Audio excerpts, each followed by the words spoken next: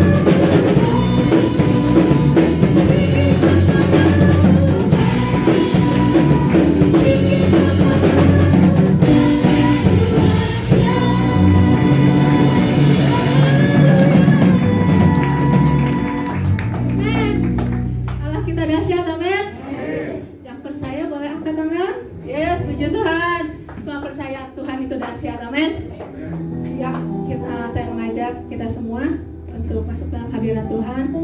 Kita akan menyiapkan hati kita, kita beri kebenaran firman Tuhan bagi hari ini. Mari kita mau masuk ke ruang Maha Kudusnya Tuhan.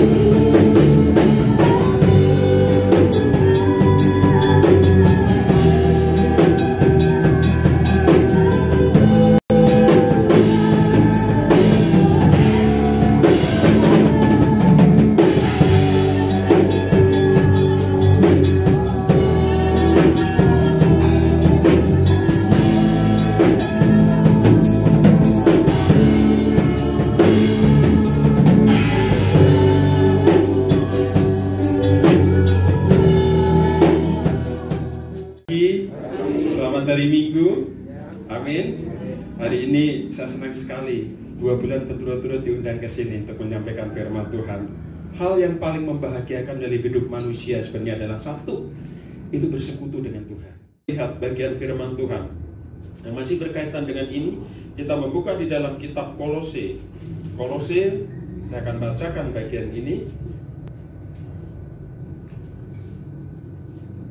Kolose pasal yang kedua, kita akan membaca ayat 6 dan ayat yang ke-7 saja. Mari kita baca bersama-sama ayat-ayat ini.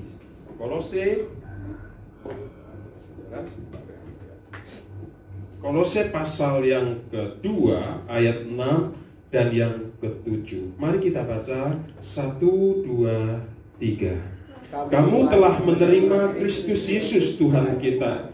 Karena itu hendaklah hidupmu tetap di dalam Dia. Hendaklah kamu berakar di dalam Dia dan dibangun di atas Dia.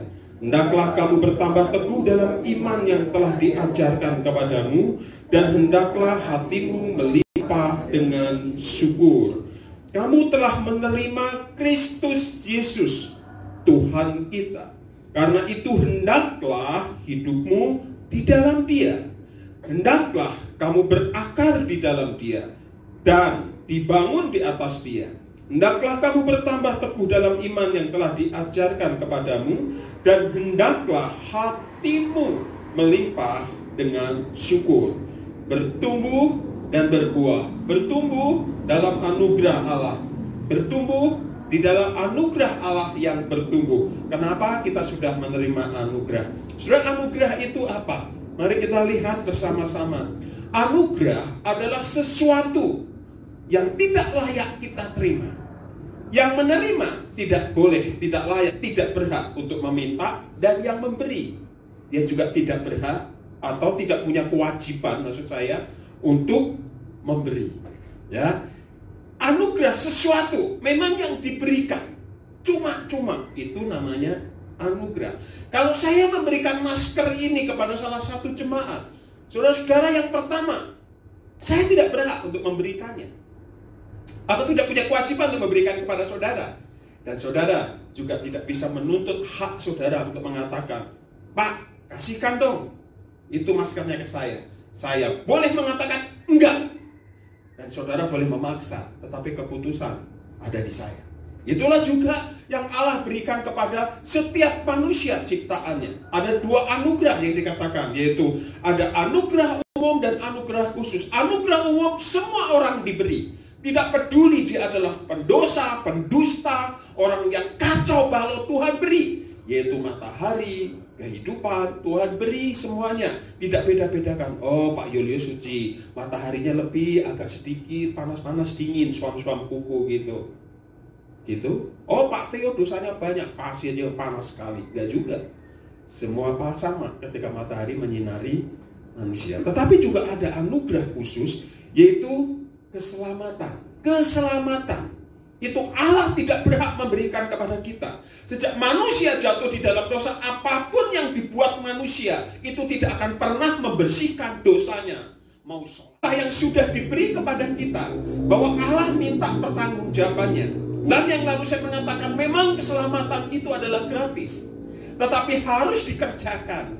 Kerjakanlah keselamatanmu. Artinya tidak hanya diberikan cuma-cuma lalu selesai. Nah, saudara-saudara, maka kita memperhatikan di satu pihak keselamatan adalah pemberian, tapi di pihak lain ia menuntut tanggung jawab atau tanggapan iman kita. Dan keselamatan itu ada dua dimensi. Maka dikatakan di sana, di dalam bagian ini, Alkitab berkata bahwa di dalam bagian Efesus pasal 2 ayat 8 sampai 9 ini mau menegaskan bahwa kita diselamatkan dan hidup bukan karena perbuatan kita, tapi juga bukan karena seenak-enaknya. Dikatakan di sana, sebab karena kasih karunia itu sola gratia, hanya karena anugerah kamu diselamatkan oleh iman, sola fide. Itu bukan hasil usahamu, tetapi pemberian Allah. Itu bukan hasil pekerjaanmu. Jangan ada orang yang memegahkan diri. Kita diselamatkan melalui iman. Dalam terjemahan bahasa Indonesia kurang tepat. Kita diselamatkan melalui, tetap subjeknya, pelakunya itulah Yesus Kristus. Sarananya adalah iman. Iman itu pun diberikan kepada kita. Sejak manusia jatuh di dalam dosa, manusia tidak punya kekuatan untuk beriman kepada Allah. Jadi iman itu mendahului respon. Iman diberikan lebih dahulu kepada kita, lalu baru kita bisa berespon kepada Allah. Apakah iman itu diberikan kepada setiap agama? Tidak, sekali lagi. Semua agama mengajarkan punya iman. Iman kepada Allah. Tetapi itu bukan iman yang menyelamatkan. Semua orang percaya kepada Allah. Silakan percaya. Itu haknya. Tapi tidak semua orang Allah berkewajiban untuk menyelamatkannya. Lalu kalau gitu Allah kejam dong. Lain waktu kita bahas. Tapi saya mau katakan di sini adalah jelas iman pun yang menyelamatkan, yang membuat kita bisa berespon kepada Kristus, itu pun diberikan. Artinya berarti tidak ada sedikit pun andil dari kita. Nggak ada andil dari kita. Jadi iman itu sendiri adalah anugerah, saudara-saudara. Iman itu sendiri anugerah. Kalau kita boleh percaya, kemampuan dan kemampuan itu juga membuat kita adalah anugerah Allah. Tetapi tidak berhenti di situ. Bahwa Alkitab berkata di dalam iman Kristen bahwa setelah iman diberikan, kita percaya kepada Kristus diselamatkan. Alkitab berulang-ulang menggunakan gambaran metafora bahwa iman yang diberikan itu seperti biji tumbuhan, yaitu harus bertumbuh dan menghasilkan buah. Maka di sana dikatakan di dalam 2 Petrus pasal 3 ayat 18 dikatakan, tetapi bertumbuhlah dalam anugerah, dalam kasih karunia, dan dalam pengenalan akan Tuhan dan Juru Selamat kita, Yesus Kristus. Waktu saya pertama kali diberikan iman, percaya kepada Kristus, saya hanya tahu Yesus itu Tuhan. Tapi saya tidak pernah tahu bagaimana Kristus menyelamatkan saya, apa yang Kristus mau, dan sebagainya. Waktu saya dikenalkan oleh Ibu Gembala Afriani bahwa dia sudah memiliki satu calon teman hidup yang sedang didoakan. Dia berkata kepada saya tanya, siapa namanya? Pendeta Julius. Saya tidak pernah tahu. Hanya tahu Pendeta Julius melayani di sini. Saya tidak pernah kenal sejauh mana siapa dia. Baru setelah saya ketemu dia lewat telepon, sedikit lebih tahu. Setelah saya dekat dan tinggal di sini, saya makin tahu. Dulu dia saya membayangkan jalannya itu melayang kayak malaikat. Pendeta Pantekosta karismatik gitu kan. Sayapnya 10 gitu kan. Saya minder. Ternyata sama kayak saya, sama-sama pendeta konyol. Jadi saya nggak jaim. Saya pertama kali ngomong sama dia, Shalom Bung. Nah, sekarang nggak perlu shalom lagi gitu kan. Karena saya cuma ngomong, hai Bung, karena udah dekat. Saya sudah dekat. Saya berani ngeledek dia berani ngeledek saya. Karena saya kenal, nggak akan tersinggung. Kalau kami udah ketemu, tinggal mendirikan duo stand up comedy, saudara, ya kan? Nggak jadi pendeta lagi, saudara. Nah, begitulah kita. Bahwa kita waktu pertama diselamatkan belum tahu, makanya proses kenal itu harus bersekutu, harus dekat dengan Kristus. Banyak orang hanya tahu Yesus Juru Selamat mati di atas salib dan sebagainya, tapi tidak dia tahu apa yang paling dia suka dari hidup kita dan apa yang paling dia sukain. atau yang paling kita sukai di dalam dia. Nah ini, maka Alkitab mengatakan, tetapi bertumbuhlah dalam kasih karunia dan dalam pengenalan, bukan pengetahuan, pengenalan. Saya tahu banyak tentang Pak Julius, lewat telepon bisa, tapi belum tentu saya kenal siapa dia, cara makan dia, cara tersenyum dia, kalau lewat telepon enggak. Tapi ketika saya kenal, apalagi sudah 2 kali nginep, kalau nggak kenal kebangetan. Oke, saudara-saudara, maka di sini, kemudian setelah kenal itu bagaimana? Kolose, maka kita di dalam membaca Kolose pasal 2 ayat 67 itu diharapkan setelah kita terima biji, maka biji itu kemudian bertumbuh. Analoginya, bukankah pakai tumbuhan? Maka saya menyingkat bagian ini, saudara, saya buat singkatan. Ya kan, ayat ini berkata, kamu telah menerima Kristus Yesus Tuhan kita, karena itu hendaklah hidupmu tetap di dalam dia. Ada 4 hal itu, saya singkat menjadi bagian ini. I grow. Saya bertumbuh. Saya bukan biji yang cuma mati. Tapi setelah mati, di dalam dosa-dosa saya kemudian bertumbuh. Lihat, dari biji, proses itu terjadi sampai munculnya tomat. Tidak langsung kita jadi tomat. Kita diberi biji tomat. Bayangkan kalau kita ke pasar beli apa? Beli biji tomat sampai rumah jadi tomat semua. Itu petani jadi miskin, saudara-saudara. Mau nanam apa lagi? Gereja juga jadi kosong kan? Terima Yesus, semua jiwa langsung selamat, gak usah khotbah lagi. Saya kadang-kadang bersyukur ada orang berdosa, saudara. Kenapa? Pendeta masih punya kerjaan. Bayangkan gak ada orang berdosa. Saya nggak perlu menggali Alkitab lagi gitu. Tapi di satu sisi itu juga jadi peringatan buat kita. Itu loh akibat dosanya. Saya sering merenung, bersyukurlah masih ada orang berdosa gitu. Pendeta punya kerjaan, WL punya milih lagu. Kalau nggak ada mau ngapain lagi? Maka nanti di malaikat, di surga nggak ada lagi saya jadwal khotbah ya Pak ya. Jadwal saya cuma satu, jadi singer terus nyanyi terus. Nah, saudara perhatikan bagian ini. I grow. Maka kita lihat di dalam Kolose. I yang pertama apa? I atau I? I apa? I grow di sini. Paulus memulai dengan satu kalimat begini, ya. Paulus memulai satu kalimat, kamu telah menerima Kristus Yesus Tuhan kita. Tetapi saya memulai dengan pertanyaan, sudahkah Anda menerima Kristus Yesus sebagai Tuhan?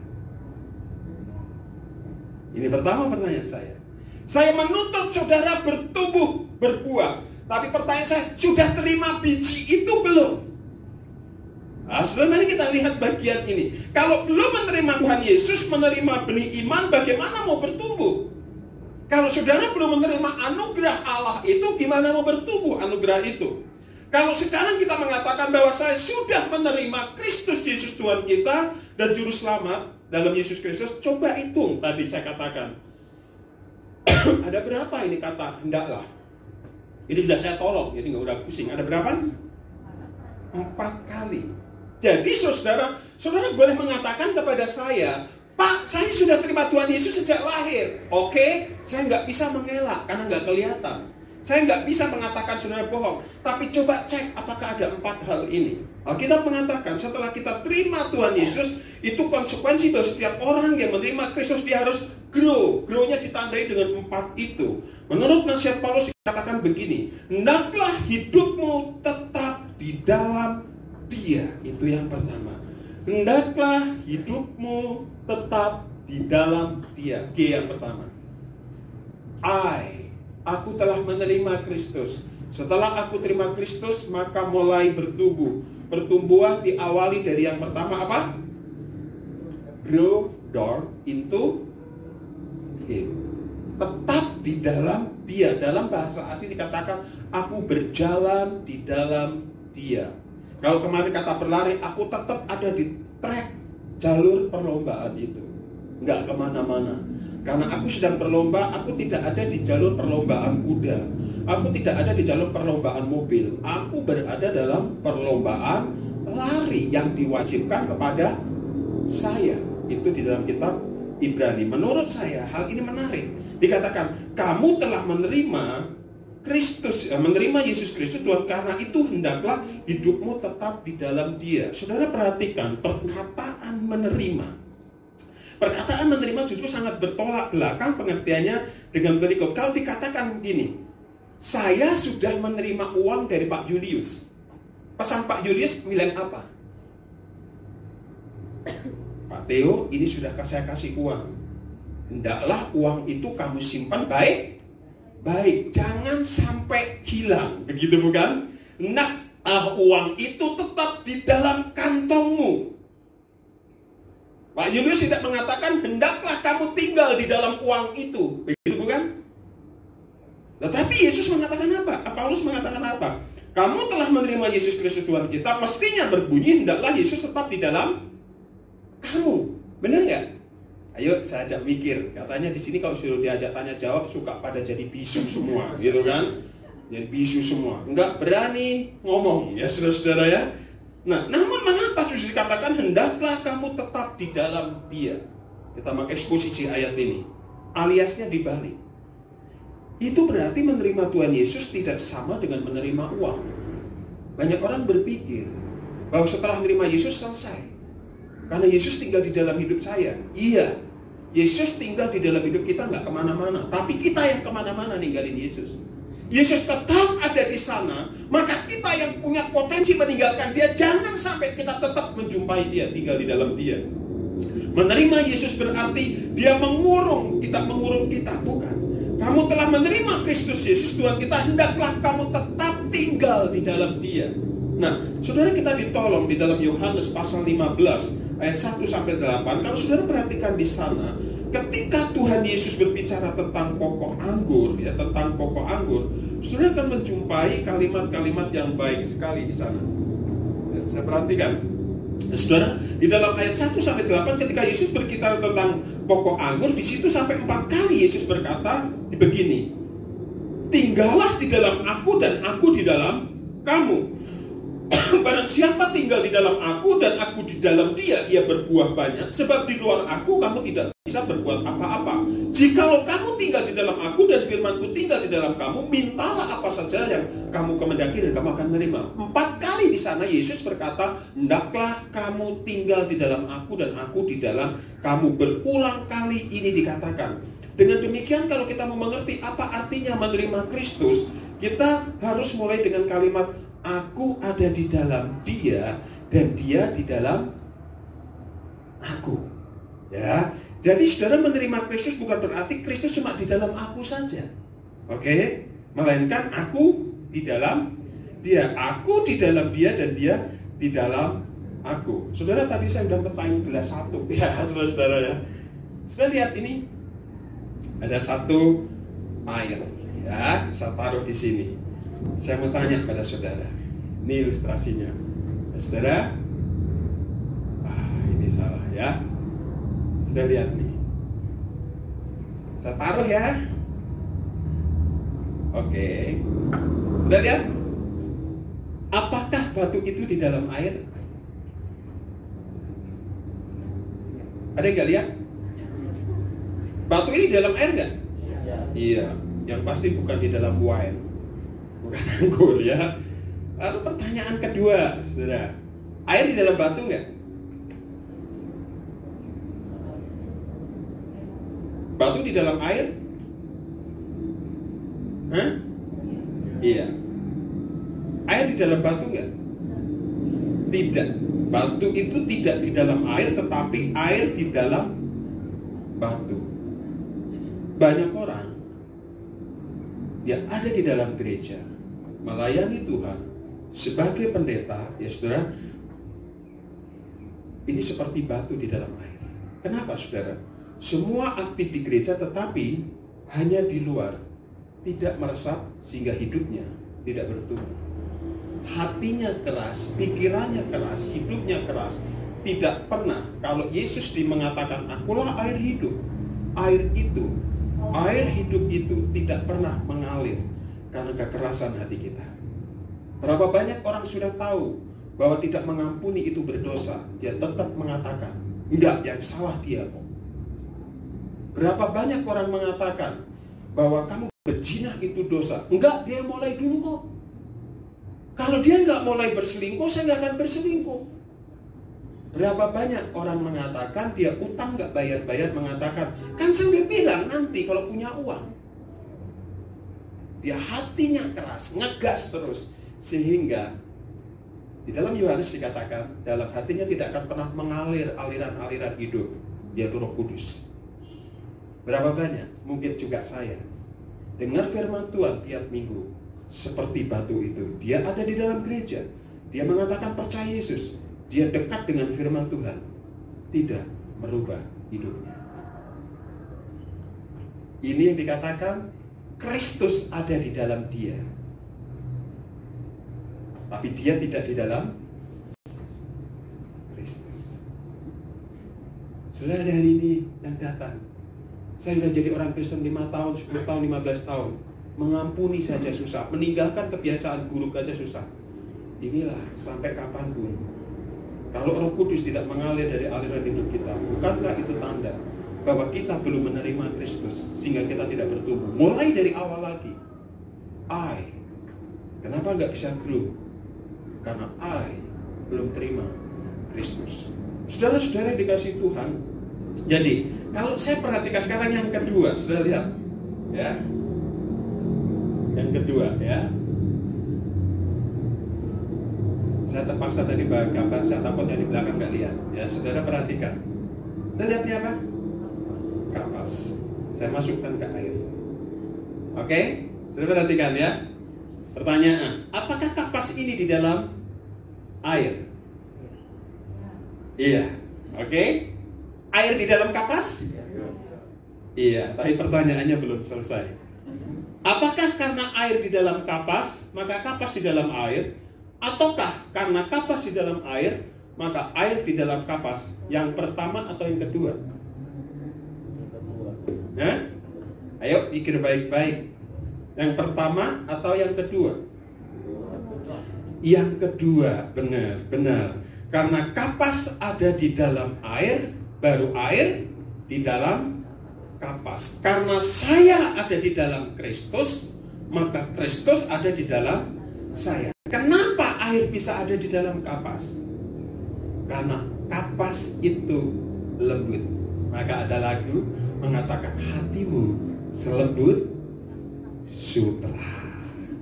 Ya sutra lah. Ya saudara-saudara ya. Karena sutra itu kapas yang paling lembut. Makanya kapas yang lembut itu harganya mahal. Kalau engkau berharga di mata Tuhan, hatimu lembut benar. Bukan hanya selembut salju loh, karena salju banyak yang keras juga. Kalau nggak dihancurin, itu lagu mesti diganti. Ya sutra lah, ya saudara-saudara ya. Itu yang ngomong yang sana, saudara ya. Saya perhatikan di situ, itulah yang Paulus katakan. Itu artinya menerima Kristus. Saudara akan ingat seumur hidup saya. Cek hatimu selembut kapas atau sekeras batu. Engkau boleh mengatakan kepada pendetamu, Pak, saya sudah dari sekolah minggu, akan menjadi wakil gembala di sini. Nanti bulan depan akan jadi gembala, amin. Saudara-saudara karena buka cabang. Tapi kalau hatimu masih keras, engkau nggak bisa mengatakan dan terima Kristus. Saya sudah jadi pendeta 25 tahun melayani. Saya boleh mengatakan semua orang saya khotbah di mana-mana. Tapi siapa yang paling tahu isi hati saya?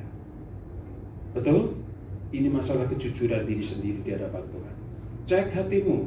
Maka ini karena itu Paulus mengatakan, karena saya ada di dalam Kristus, baru Kristus ada di dalam saya. Kalau kita ada di dalam Kristus, baru kita mengalami kuasanya dalam hidup kita. Di dalam Injil Yohanes dikatakan, dari hatinya mengalir aliran-aliran air hidup. Dan ketika saya teliti, aliran air hidup itu adalah buah-buah dari Roh Kudus itu sendiri. Roh Kudus mengalir dari hatinya. Lalu Paulus masukkan dengan menerima Kristus, ia mengatakan, kamu telah menerima Kristus Yesus Tuhan kita. Karena itu, hendaklah hidupmu tetap di dalam Dia. Saudara, andai kata saudara-saudara, saya menanam tanaman ini, saudara ya. Saya menanam tanaman bunga. Sampai malam saya cari bunga, lalu saya cuci bersih. Supaya saudara itu paham dengan ilustrasi ini ya. Saudara, saya tanam pagi hari ini. Pagi ini saya tanam, sudah bagus. Aduh, potnya itu jelek. 2 jam kemudian saya cabut, saya pindahin pot lagi satunya. Waduh, ini potnya kebesaran. Saya cabut lagi, saya taruh sini. Ini lebih bagus. Saya cabut lagi, pindah sini. Hidup nggak bunga ini? Kenapa bunga ini tetap hidup di tempat ini, saudara? Kenapa? Karena dia tetap di dalam pot ini. Tetap berada di dalam pot ini. Perhatikan baik-baik. Siapa yang hidup adalah orang yang tetap terus ada di dalam Kristus. Ketika saudara berada di dalam Kristus, ya sudah 6 bulan kita berdoa untuk corona, itu nggak ada hilang-hilang. Di sana ada dukun hebat. Yuk kita pergi ke sana. Dia cuma klik tangan, itu corona langsung pergi. Tapi pindah ke istrinya gitu, saudara ya. Wah, kan repot. Tapi artinya gini, kalau sudah ada di dalam Kristus, kita tidak boleh kepengen yang lain-lain. Apapun yang terjadi itu tetap ada di sana. Kalau sungguh-sungguh Anda tetap di dalam Kristus, kita akan sungguh-sungguh bertumbuh. Paulus menasihati jemaatnya, hendaklah hidupmu tetap di dalam Dia. Jangan pindah-pindah. Kalau sudah menemui hendaklah, saudara perhatikan, ini yang pertama sudah diperhatikan. Ini ada di sini, maka kemudian dia bertumbuh. Betul? Tapi kalau dicabut-cabut, tidak bertumbuh. Bulan ini rutin datang ke gereja. Bulan depan absen dulu Pak Julius. Karena sudah 1 bulan itu cukup buat saya modal 1 bulan lagi. Sudah pasti mati. Kenapa ini kalau nanti saya mau minta, saya mau rawat di rumah, biar saya di mimbar ini izin, supaya pasti diizinin gitu ya. Saya tadi mikir, saudara. Saya mau minta ini. Ya, ini mengingatkan saya, peringatan saya khotbah di sini. Nanti kalau saya mulai malas-malas, saya ingat saya pernah mengajarkan di sini, saudara. Tapi ini saudara menjadi hidup. Saya percaya kalau ini saya rawat, ini harusnya bunganya nggak segini daunnya. Betul nggak? Ini saya temukan di mana? Tersembunyi di antara daun-daun yang lain. Memang saya sengaja. Kita hidup, tetapi kalau kita tersembunyi di tempat-tempat lain, nggak kena sinar matahari yang tepat, kerdil. Nanti ada ilustrasinya ini, saudara ya. Maka saya cari memang sengaja yang seperti ini. Setelah ini, saudara, baru kita masuk. Sesudah kita terima Kristus, kita tertanam di sana. Oke, saya terima Kristus, tertanam di gereja, tertanam di Kristus, baru dikatakan apa? Saudara, tuh Pak, saya punya ilustrasi ini. Saudara yang kenal ini siapa? Julius Cristiano Ronaldo. Enggak, dia perutnya agak gede, six-pack, saudara ya. Enggak, siapa? Cristiano Ronaldo. Saudara, 2 hari lalu saya membaca kisah dia. Dia ini sekarang orang terkaya. Seminggu gajinya miliaran, ya. Berapa miliar. Lalu seorang wartawan, saudara tahu Cristiano Ronaldo tumbuh dari anak yang sangat miskin sekali. Papanya seorang pembersih sekolahan, mamanya juga pembersih di perkantoran sekolahan itu, service cleaning. Ronaldo kalau pagi membantu. Kemudian apa saudara? Dia melihat suatu kali ketika dia melihat mamanya pulang sekolah, dia ikut bersih-bersih sebagai servis ya, menservis semuanya ya saudara-saudara. Kemudian dia berenung, masa hidupku mau kayak gini terus? Dia udah pulang untuk belajar, tapi mamanya masih tetap kerja sampai larut malam. Nah sekarang udah kaya raya bukan? Setelah kaya raya dia mau beliin hotel berapapun untuk mamanya bisa. Betul? Tapi sampai hari ini mamanya tinggal sama dia. Karena papanya udah meninggal. Setelah Cristiano Ronaldo jadi pemain bola yang hebat, dia kemudian apa? Mati. Mamanya tinggal sama dia. Wartawan bertanya, Ronaldo, kamu kan bisa beliin mamamu rumah yang mewah, kenapa mamamu masih tinggal sama kamu? Dia mengatakan, sampai kapanpun mamaku tidak akan pernah aku tinggalkan. Dan aku nggak akan pernah meninggalkan mama. Aku akan tetap bersama-sama dengan mama. Saya memang bisa belikan, bahkan seluruh kota ini saya bisa beli untuk mama tinggal. Tapi saya nggak akan pernah meninggalkan mama. Saya akan tetap bersama-sama dengan mama dan mama bersama-sama dengan aku. Kenapa? Karena mama selama hidupnya berjuang, tidur larut malam, bangun pagi-pagi, kumpulkan uang untuk belikan saya sepatu bisa main bola. Masakan sekarang saya dengan sepatu bola yang mama belikan, saya bisa mendapatkan semuanya, saya melupakan pengorbanannya. Mati dan hidup, saya harus dekat dengan mama. Mama harus dekat dengan saya. Saya langsung ingat, bukankah Yesus Kristus mati di atas kayu salib buat saya? menderita buat saya, supaya saya bisa berdiri hari ini. Masakan saya tidak tinggal di dalam Dia, dan Dia di dalam aku. Memberi inspirasi saya 2 hari lalu ketika dalam perjalanan dari Jakarta ke sini. Sudah perhatikan bagian ini. Kalau seorang Cristiano Ronaldo menghargai pengorbanan mamanya, dia tidak ingin jauh dari mamanya, dan dia tidak mengendaki mamanya jauh dari dia. Masakan kita tidak berani berkata kepada Kristus, kau sudah mati bagiku, aku akan tetap tinggal di dalam Dia. Kenapa? Karena bagi saya, setelah kita tetap di dalam Dia, baru muncul G yang R, ya. Baru kemudian hendaklah kamu berakar di dalam Dia dan dibangun di atas Dia. Saudara perhatikan kemana akar itu, saudara-saudara. Jadi kalau sudah memenuhi hendaklah yang pertama, hendaklah kamu berakar di dalam Dia. Itu konsekuensinya. Kalau tanaman ini sudah ada di dalam pot ini, nggak berpindah-pindah, maka kemudian keluar akarnya. Betul nggak? Nah saya tanya, akar itu kemana? Ke bawah, ya. Tetapi juga setelah akar itu tumbuh, kemudian akan tumbuh apa? Daun-daun ke atas. Ya, disebut juga bahwa taman itu dibangun di atas Dia. Nah, orang Kristen harus bertumbuh ke 2 arah, ke bawah, yaitu iman. Iman itu akar. Ada yang bisa lihat akar di sini?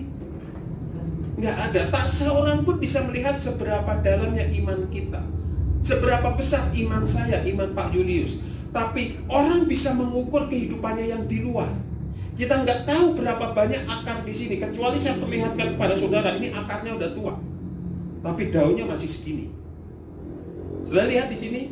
Nah, akar ini kemudian keluar. Pertumbuhan harus seimbang. Kalau akarnya besar, saudara perhatikan, pertumbuhan harus 2 besar. Kalau satu arah saja, ini yang terjadi, saudara-saudara.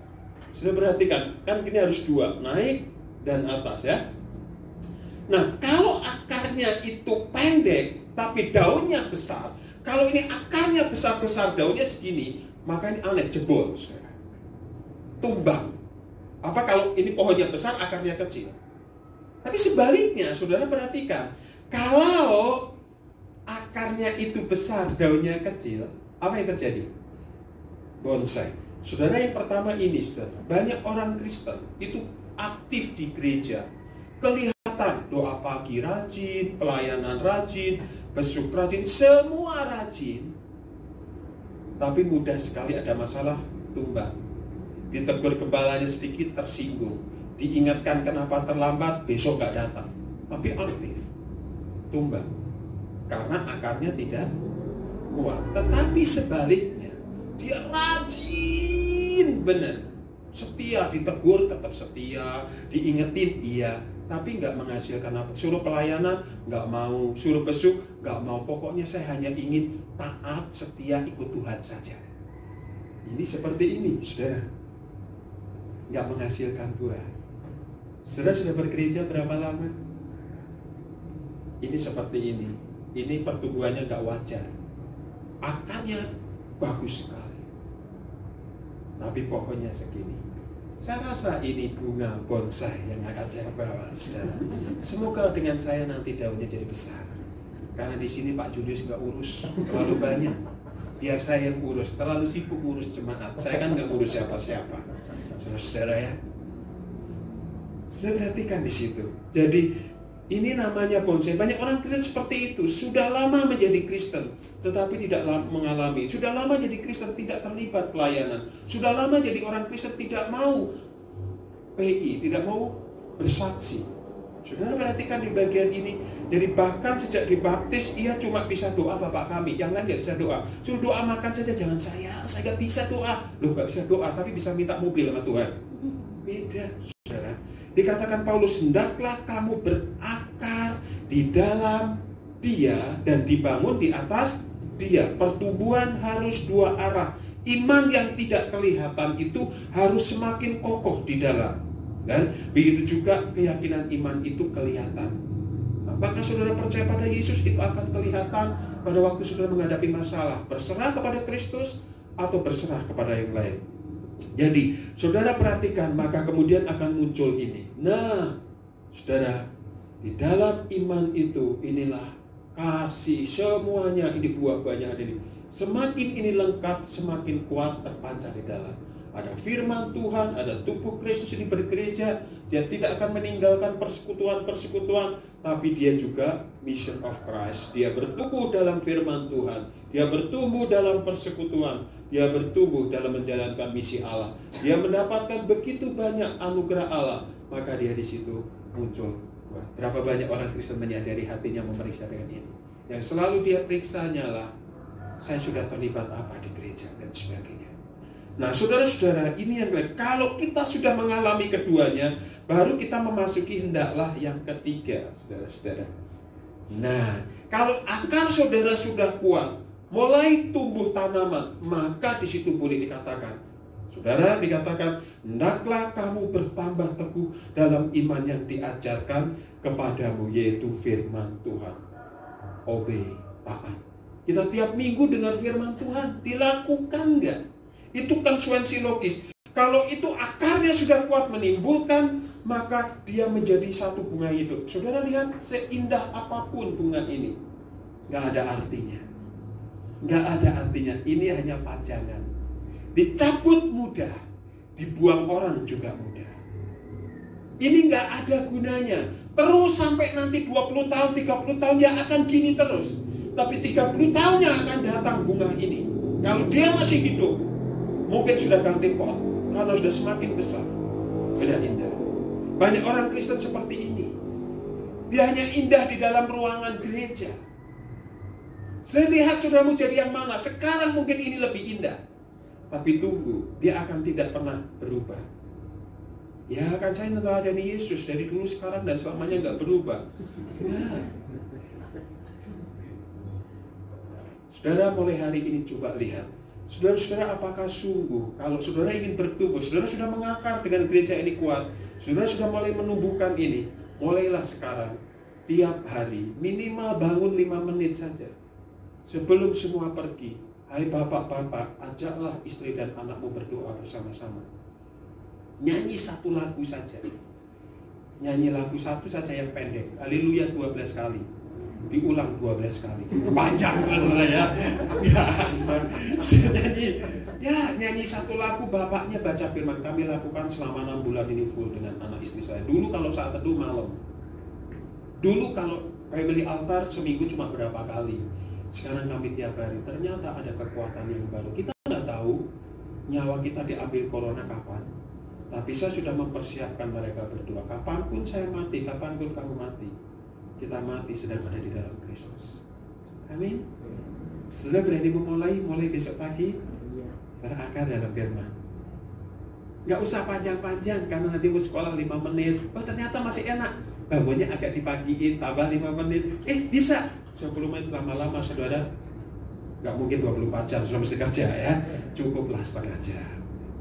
Ya, amin. Family altar itu namanya altar itu mesbah. Altar itu simbol kehadiran Tuhan. Family itu keluarga. Maka keluarga datang di hadirat Allah. Untuk apa? Berserah untuk hidup sepanjang hari. Amin. Nah, saudara-saudara, maka dikatakan, kenapa mesti taat pada firman Tuhan? Karena Alkitab berkata, iman itu timbul dari pendengaran dan pendengaran akan firman Tuhan. Firman Tuhan. Nah, saudara, kalau pohon itu bertumbuh, ia makin teguh akarnya, makin kuat datangnya, maka ini yang terakhir, yang keempat. Saudara perhatikan, yang keempat yaitu bersaksi ya kepada orang lain tentang Kristus Yesus. Hendaklah hatimu melimpah dengan syukur. Nah, itu buahnya. Buahnya pasti keluar. Kalau ini nggak keluar buahnya. Tadi malam saya cari untuk yang buah durian, pohon durian ditanam di pot, nggak ketemu saudara. Ya terpaksa ini gitu kan. Kalau ini nanti pohon durian kan bisa keluar duriannya. Saya bikin ilustrasi lebih baik lagi saudara ya. Bulan depan Pak. Duriannya. Kalau pohon sudah berakar kuat, bertumbuh menjadi rimbun, maka kita hendaklah melimpah dengan syukur. Sudah lihat buah ini keluar dari mana? Dari setiap batangnya. Ini yang mau dikatakan. Nah, kalau hatimu penuh dengan syukur, hatimu penuh dengan iman, dengan syukur, keluar dari mulutmu puji-pujian, dari pikiranmu pikiran-pikiran memikirkan perkara besar, dari tanganmu tangan yang ringan kerja buat Tuhan, kakimu melangkah untuk memberitakan Injil, hatimu mengampuni orang lain. Itu buah-buah. Kenapa kita nggak bisa bersaksi? Karena memang dari dasarnya kita sudah salah. Salahnya dari mana? Memang dari awal tidak terima Kristus, tidak ditanam di tempat yang benar, dipindah-pindah, gak bertumbuh, gak berakar. Akhirnya cuma jadi seperti ini. Tahun ini, gereja ini mengatakan, yuk berlari. Tapi ingat baik-baik, seorang pelari yang kuat akan melatih kakinya. Dan ternyata survei membuktikan, penelitian mengatakan, orang yang umur panjang adalah orang yang melatih kakinya. Banyak jalan, banyak gerak.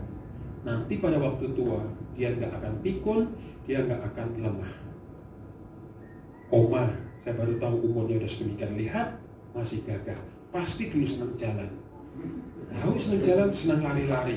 Karena dulu Pak Julius pasti akan nakal, lari ke sana, makanya kejar-kejar gitu kan. Enggak, saudara. Tanya Oma, rahasianya apa? Saya menemukan itu, maka dalam olahraga saya banyak melatih kaki saya. Kaki semakin kecil, semakin itu akan kuat.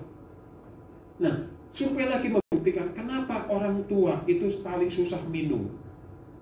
Coba yang sudah tua itu nggak mudah haus, karena memang dari awal tidak dilatih otot-ototnya itu. Dan itu yang mengakibatkan kencing manis dan sebagainya. Itu maka banyak orang tua sakit-sakitan karena kurang gerak. Maka mulai hari ini kalau imanmu pengen kuat, teruslah bergerak dan bergerak memberitakan Injil. Firman Tuhan. Amin. Amin.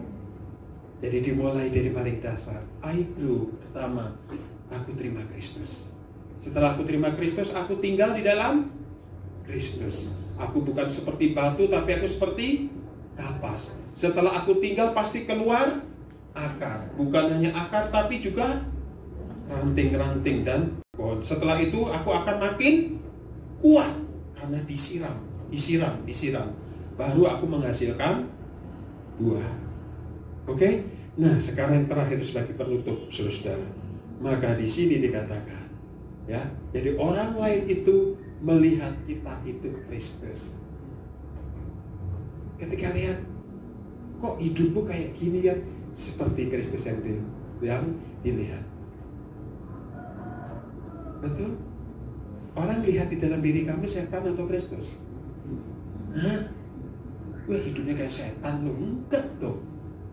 Ada yang salah pasti. Orang begitu lihat kita, ada berkat yang keluar, dan itu hanya berkat di dalam Kristus Yesus. Dan di penutup dikatakan ini, lihat, pohon itu tidak punya kekuatan untuk bertumbuh sendiri. Ia bergantung pada alam, sinar matahari dan hujan yang menyiraminya.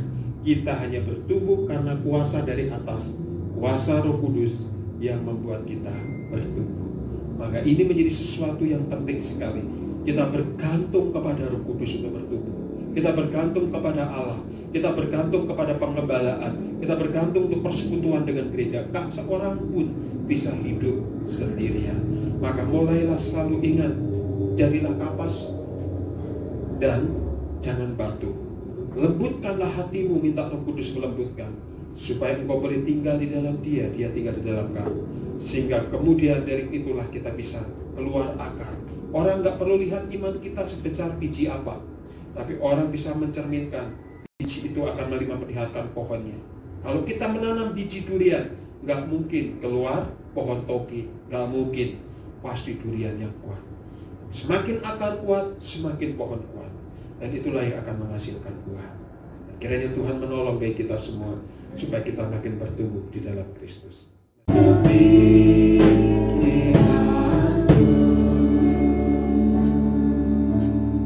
Ibu yang dikasihi Tuhan, betapa ruginya kita kalau sekian lama kita menyebut diri kita Kristen, menyebut diri kita pengikut Kristus, tetapi ternyata kita tidak mengalami pertumbuhan di dalam anugerah Allah.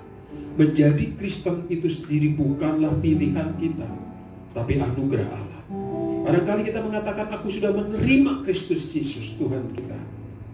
Tapi barangkali kita selalu berpindah-pindah, tidak tinggal di dalam dia. Kristus tidak kita dekati, kita tidak membangun keintiman dengan dia. sehingga kita tidak berakar dan bertumbuh ke atas. Kita tidak semakin kuat sehingga tidak mungkin kita menghasilkan buah.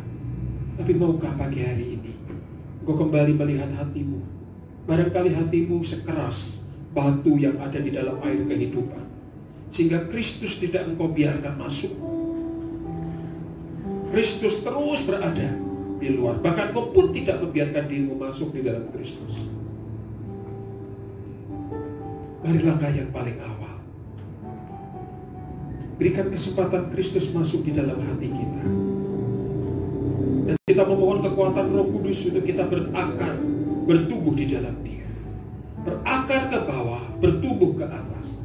Dan semakin kokoh tetap di dalam Dia, sehingga menghasilkan buah-buah Roh itu.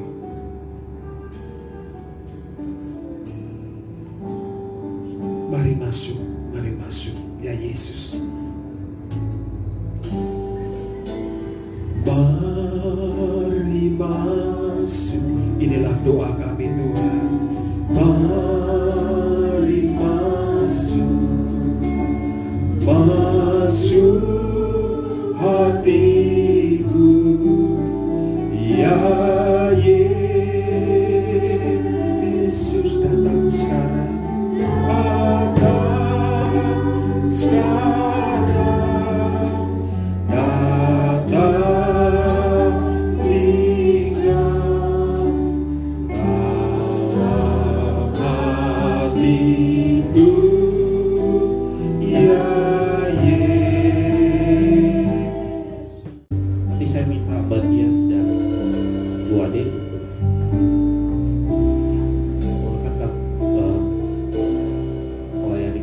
Sambil kita naikkan pujian pada satu bukit.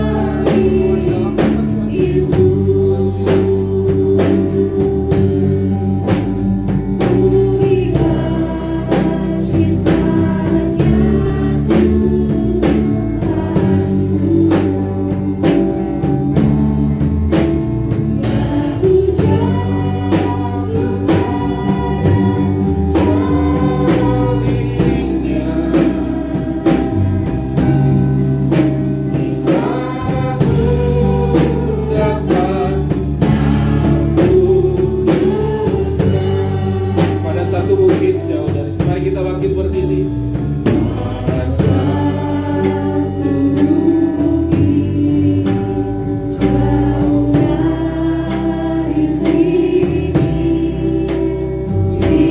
salib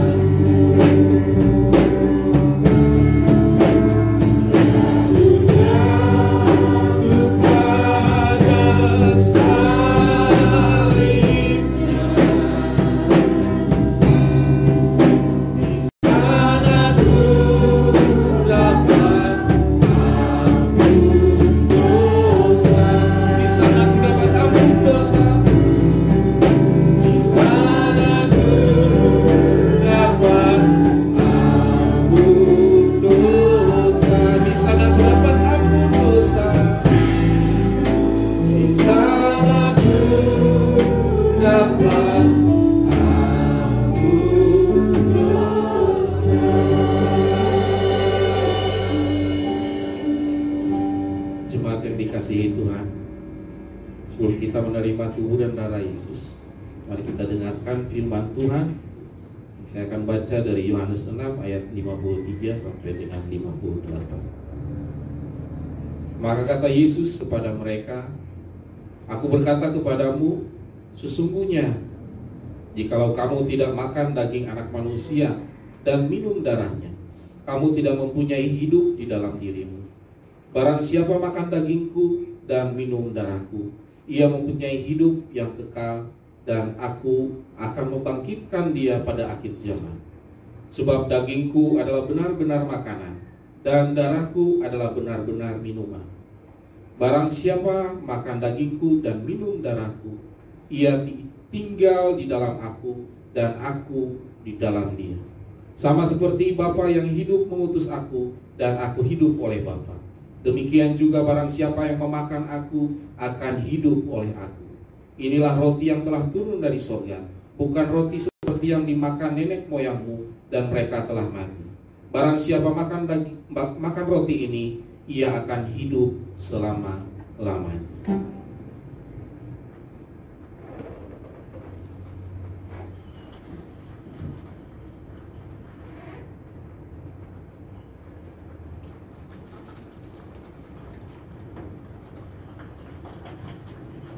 Mari angkat roti di tangan kanan kita. Sebab apa yang telah kuteruskan kepadamu telah aku terima dari Tuhan, yaitu Tuhan Yesus pada malam waktu yang diserahkan mengambil roti. Sesudah itu ia mengucap syukur atasnya, lalu memecah-mecahkannya dan berkata, Inilah tubuhku yang diserahkan bagi kamu. Perbuatlah ini menjadi peringatan akan aku.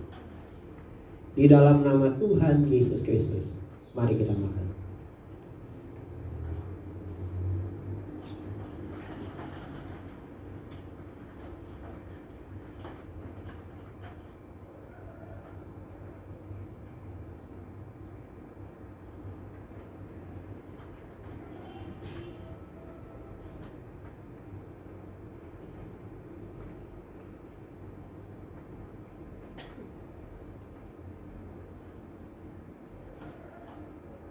Mari angkat cawan di tangan kanan kita.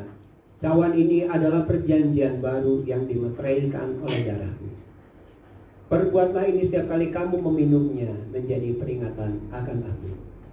Sebab setiap kali kamu makan roti dan minum dari cawan ini, kamu memberitakan kematian Tuhan sampai ia datang. Terima kasih Tuhan Yesus. Mari kita minum di dalam nama Tuhan Yesus.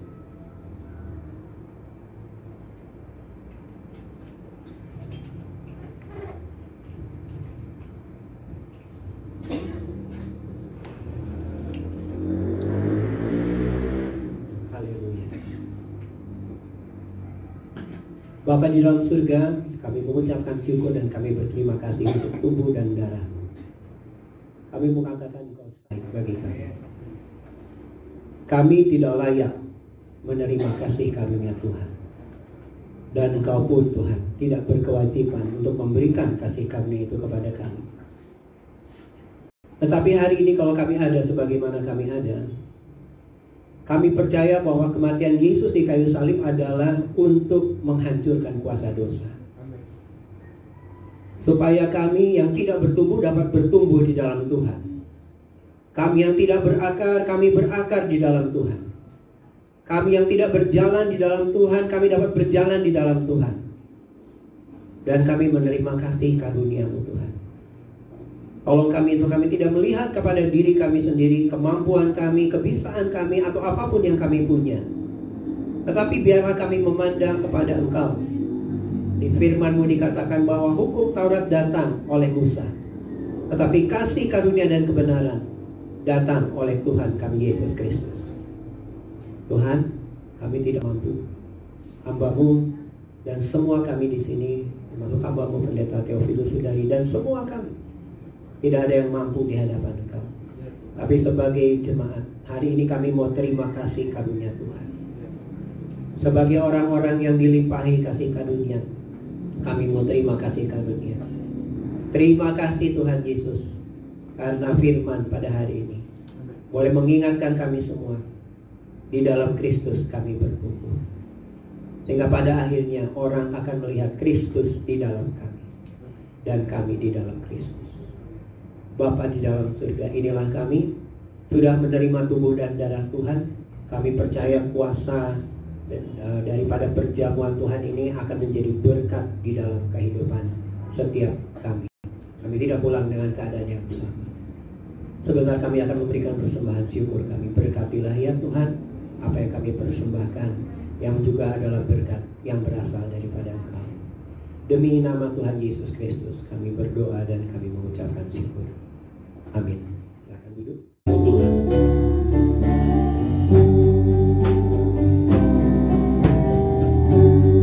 kami memuji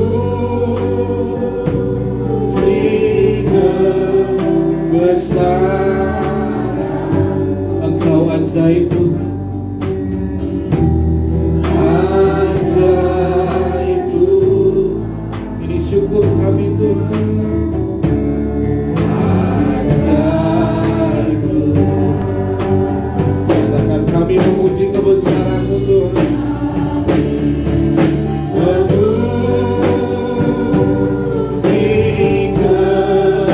kebesaran ajaib Tuhan.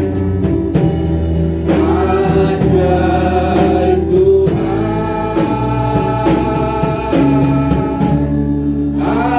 Ajaib Tuhan. Katakan ajaib Tuhan. Ajaib Tuhan. Ajaib Tuhan.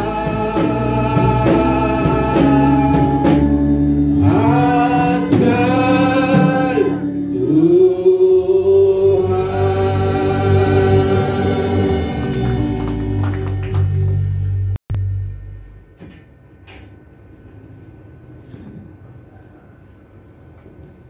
Di akhir dari ibadah kami pagi hari ini Tuhan Yesus, kami mengarahkan hati kami kepada Engkau.